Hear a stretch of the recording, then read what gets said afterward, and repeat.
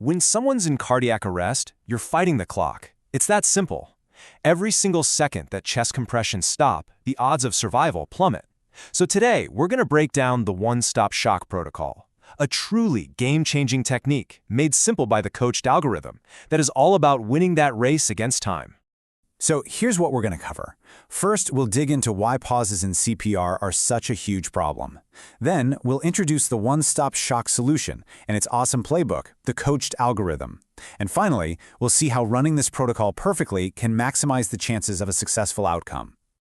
Okay, first things first. Let's talk about the core challenge here. In a cardiac arrest, you're not just trying to save a life. You are in a flat-out sprint against time, and believe me, every single second counts. So let me ask you this, just to frame the problem perfectly.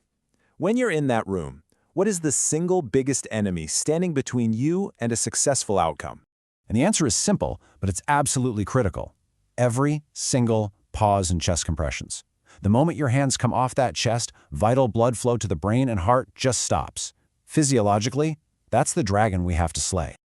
All right, so if pauses are the big bad guy here, then the solution has to be about one thing, and one thing only, cutting down that dangerous hands-off time to an absolute minimum.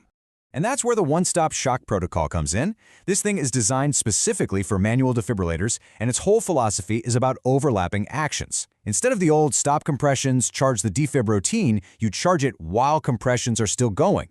It sounds simple, but that one change is a total game changer. So when you boil it all down, the protocol is really engineered around these 4 key goals. Number 1, of course, is minimizing interruptions. You do that by charging during CPR. This, in turn, directly improves the chances of the defibrillation actually working, which gets us to our ultimate goal, restoring a viable heart rhythm. Now, a protocol like this sounds great on paper, right? But in the middle of a high-stress resuscitation, you need a playbook that's simple, that's memorable, and that is where the coached algorithm comes into play. And this is what I love about it. You see this simple mnemonic, coached. It takes what could be a really complex, chaotic procedure and turns it into a clear step-by-step checklist. It gives the whole team a structure to follow, even when the pressure is on.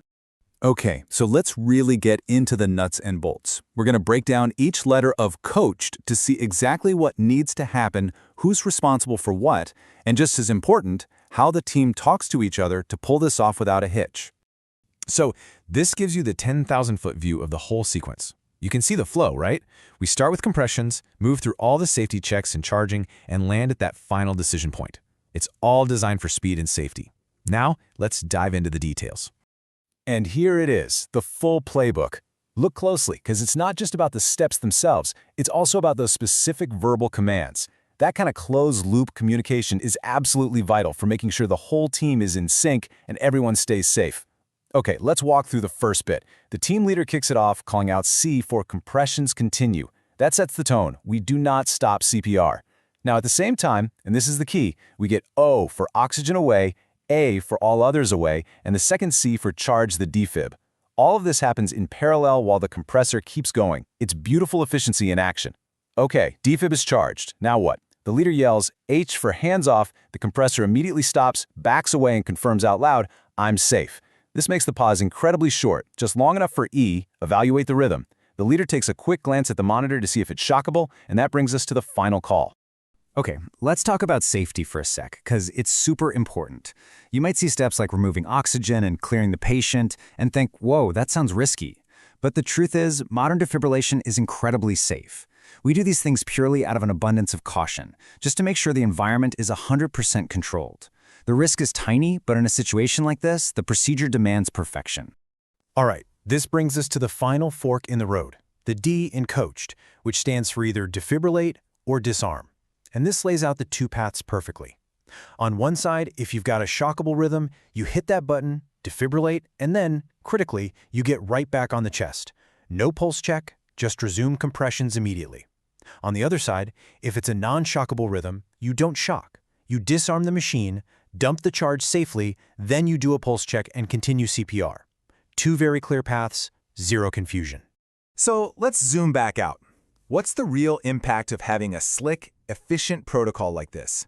Why does all this matter so much? You know, this quote from the source material just nails it. The goal is to minimize the hands-off time and improve the chances of restoring a viable heart rhythm and achieving a successful outcome.